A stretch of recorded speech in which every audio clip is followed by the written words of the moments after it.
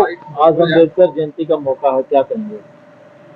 आज हम परम पूज्य बाबा साहब डॉक्टर भीमराव अंबेडकर जी की 134वीं जयंती मना रहे हैं।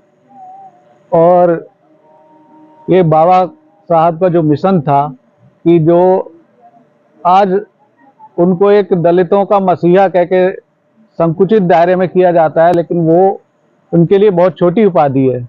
बाबा साहब आज एक दलित और वंचित वर्ग के मसीहा ना होकर भारत को विश्व गुरु बनाने में अगर उनकी शिक्षाएं हैं और उनका जो समता, बंधुत्व और न्यायकारी जो संविधान उन्होंने दिया है, उसका अंगीकार करके भारत को निश्चित रूप से विश्व गुरु बनाया जा सकता है। क्योंकि अभी भी समाज में तमाम तरह की कुरीतियां फैली हुई हैं। अगर हम बात करते हैं जातिवाद की, हालांकि निश्चित रूप से कम हुआ है, लेकिन अभी भी हम में बहुत साल लगेंगे जब हम बिल्कुल समता मूलक समाज की परिकल्पना कर पाएंगे। तो आज के पावन मौके पर मेरा सभी से अनुरोध यही है कि हम बाबा साहब की जो बताए हुए रास्ते हैं, जो उनकी शिक्षाएं हैं, उनका अक्षर से पालन करें। अगर हम उनकी शिक्षाओं का और उनके बताए हुए मार्ग पर अगर 1% भी चल पाते हैं तो हमारे देश का और हर व्यक्ति के व्यक्तित्व का कायाकल्प हो सकता है। आज जिस तरीके से संविधान बचाओ रैली निकाली जा रही है, तो लगता है कि संविधान खतरे में है?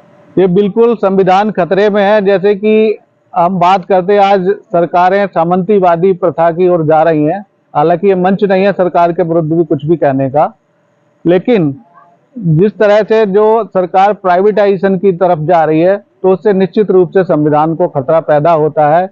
बिजली, शिक्षा, स्वास्थ्य और जो तमाम मूलभूत परिवहन, जो तमाम सेवाएं हैं, बैंक है, रेलवे है, इनका निजीकरण की ओर ले जाया जा रहा है। हमारा समाज का एक जो गरीब और वंचित तबका है, वो इन सुविधाओं से कहीं ना कहीं मूलभूत रूप से वंचित होने के कगार पर आ जाएगा। क्योंकि निजीकरण होगा तो जो निजी घराने इनको खरीदेंगे वो सिर्फ अपने लाभ कमाने के लिए बात करेंगे, जनमानस के या वेलफेयर के लिए नहीं सोचेंगे। और सरकार की ये मूलभूत जिम्मेदारी होती है तो वो वेलफेयर के लिए काम करे, ना कि हानि लाभ के लिए काम करे।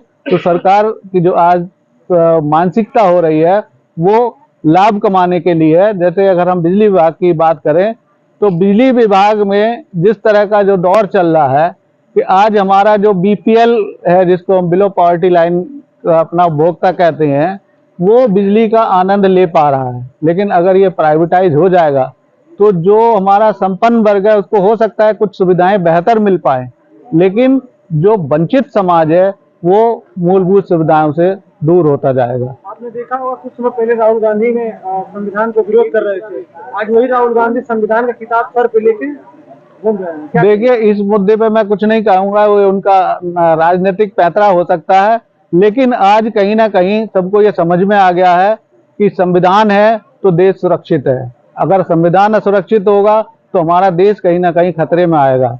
तो निश्चित रूप से संविधान की सुरक्षा, संविधान के प्रति लोगों की जागरूकता होनी परम आवश्यक है। क्या नाम है आपका? मैं राजवीर सिंह।